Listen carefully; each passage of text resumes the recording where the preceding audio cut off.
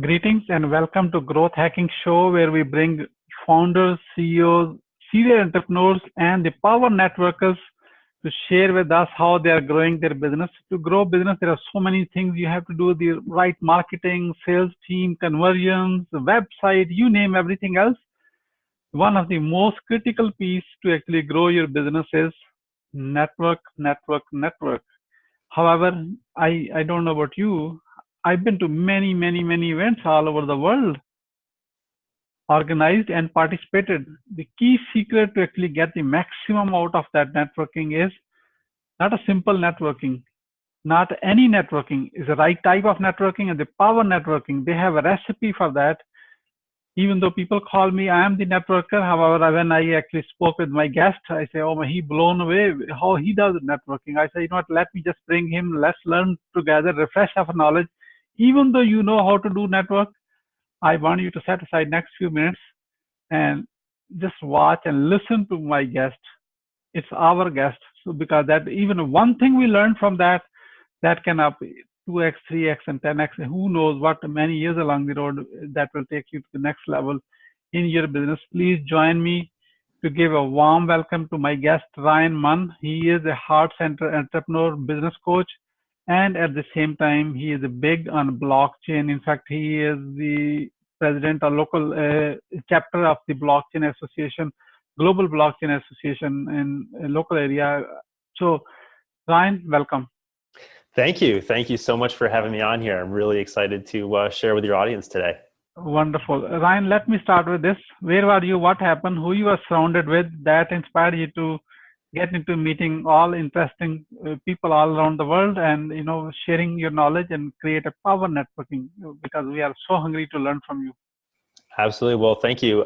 So what really got me started is, I've been in and out of a number of different industries. I've always been interested in startups and sort of running my own business. And I've always connected with people like that out there, but I've also found lots of other people that, for whatever reason, don't necessarily see themselves as an entrepreneur, but I see entrepreneurship as kind of an essential skill or tool that people need in order to be resilient in the existing job market where you can't count on the same job for 40 years, or, the job you have may be constantly changing. And so that entrepreneurial spirit, I think, is important. And that's a big part of what drove me out into the world, because in a lot of my positions, I have innovated people out of jobs, right? I've implemented technology, changed processes in ways that make us more productive, more efficient, and ultimately need less people for certain things. And though we may grow, some people lose their job and new people come into the job. And I want to try to make a difference from both the ground level of people having more resilient vocations to the upper level of enterprise leadership, so that we're just building better systems to better support people. Wonderful.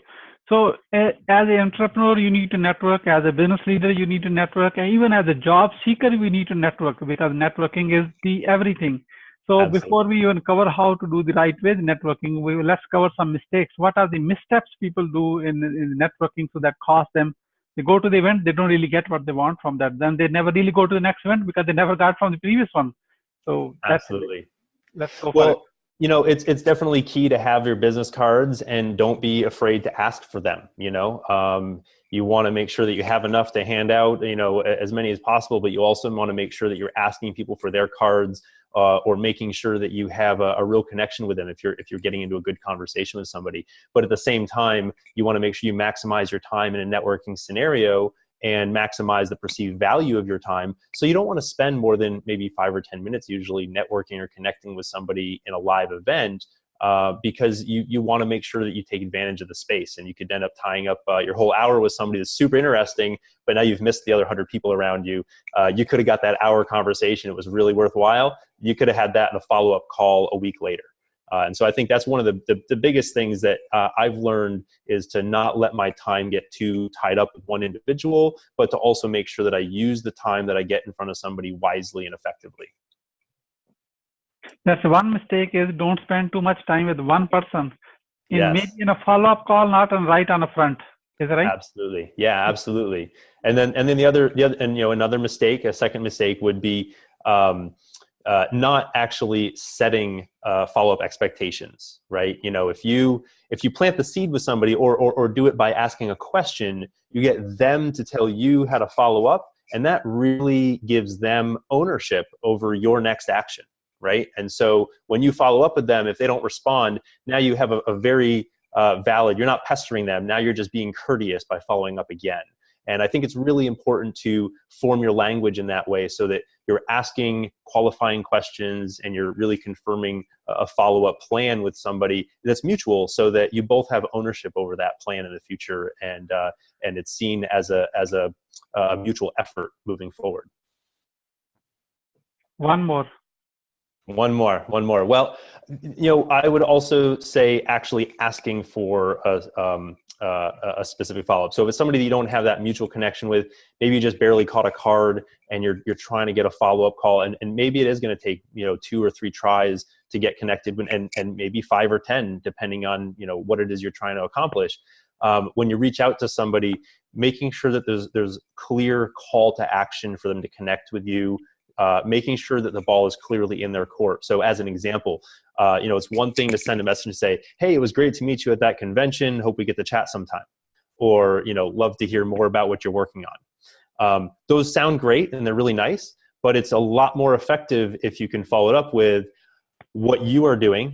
Hey, I saw, we talked for 5 minutes about agriculture, and I've been talking to some people working on moisture sensors, and I'd love to just have a conversation to find out where our synergies lie. Please give me a call, or better yet, book a time on my schedule that's mutually convenient so we can give it the time it's due. That kind of call to action, I think, is so essential to making sure that not only do you get an effective result from your follow-up, but it also acts as a filter, because sometimes people just won't respond. You want to focus your time on the people that are responsive and that you can really build relationships and move forward with.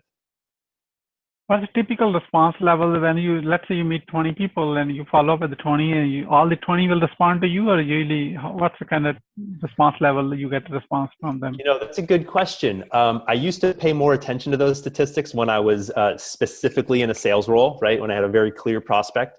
What I'm doing now is a little more diverse. So, I tend to cast a broader net. And so I think I do get, 80-90% response rate. When I reach out to people now, granted, I don't follow up with everybody in the same way. I have to filter that. And that's another thing I would throw out as, utilizing cards is a way that I actually take a tactile approach to helping my brain process, how to prioritize my follow-up. But at the same time, if I follow up with people personally, it's near 90% response rate when I actually do that effectively. Very good. Very good. Thank you so much. And what are the top 3 success secrets for a power networking, which you can follow 1, 2, 3, and you will be like success like Ryan is having? Absolutely. Well, I would say that, follow-up is key. Have a model of follow-up, and, you can define this for yourself, but it's really, it's a 1-day, 5-day, 30-day, 1-year plan of how you follow up with people that you qualify, that are important, that are a priority. And then you may have some other sort of secondary plans as far as like, how you get people into a list that you're going to keep in contact with, but have your priority, well identified, and have that plan laid out. The other piece I would say that would be a big key is having some tools in place. So, I use a calendar tool to ask people to just click the link, give some visibility in my calendar. And that just makes it really, really easy for them to coordinate, find time. It cuts down on all the back and forth 3-4 messages to get something scheduled. It's 1 or 2 messages and it's done. And then on the third piece of that would be, what was the third one? Okay. The third piece of that would be making sure that you follow through with that commitment. And the key to actually following through on those commitments to connect with people is organizing your time. And that means not plugging in a calendar tool that sees 65 hours available in your work week, right? I have a couple different designations. My primary tool has 3 appointments available in a day, and it's broken up at different time slots on different days so that I can organize the rest of my time with more of my control. And so time management, I think, is ultimately the key to power networking, because one, you have to be able to manage the time to connect with people, but you also have to be able to demonstrate that sort of respect of time and ability to manage time to be on the same level with somebody that you want to be connecting with and doing business with. Wonderful. Let me ask you one off-guard question on networking.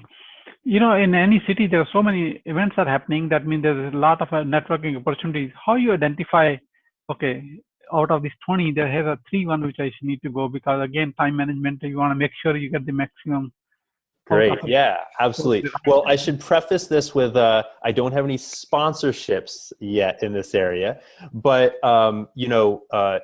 Eventbrite is a great tool, and Meetup is another great tool. I use both of those quite a bit to track down events that I find interesting.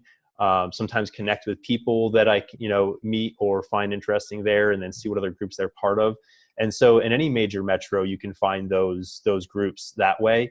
And I find that's really kind of the most ubiquitous. There are some good Telegram channels I'll connect with once I've networked with people and get invited into a channel. Then those people from a particular city will post relevant events in the space that you're interested in. And so, there's, when you're really networking and you're going after a variety of connections, one of those connections is going to be the people that are connected with the events, and kind of figure out where they're sharing that information. And you can find local calendars in almost every metro. Yeah, that's the key. If I heard you correctly, so once you're connected with a few people and go on Meetup, Eventbrite, that's your starting point. Yeah. And go with a few, and once you identify your target market and people who you like you, and ask them which other events they go to, so that way you can get to know.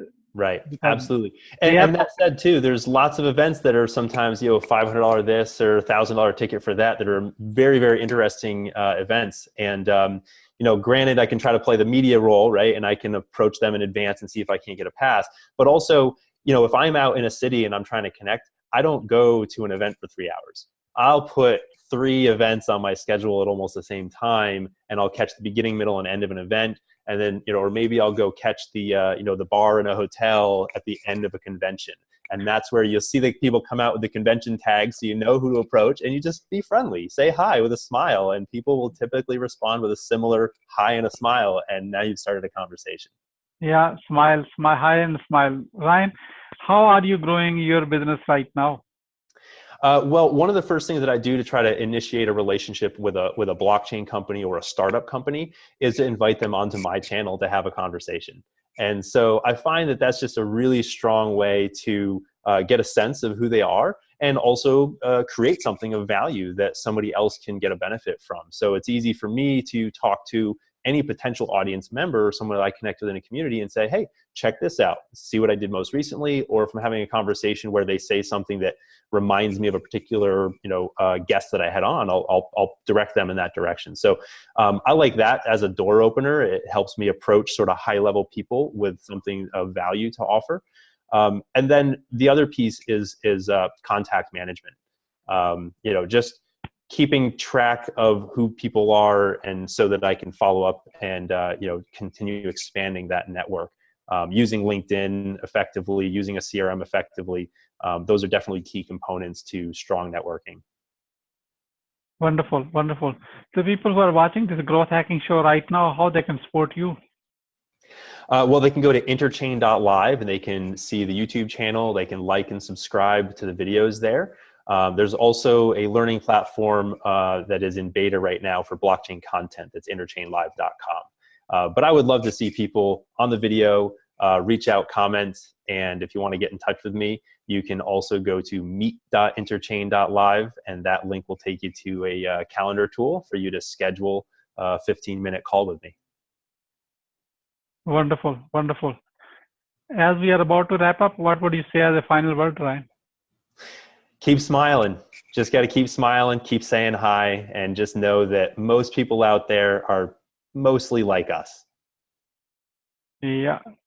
Thank you so much, Ryan, for sharing your wisdom with us today on the behalf of Growth Hacking Show community and our entire team. We really appreciate you. This is Mohammed Siddique signing off from Atlanta, Georgia. Wishing you good luck, good sales, and I do have a path across again with another amazing guest. Until then, all best wishes. Thank you. Bye.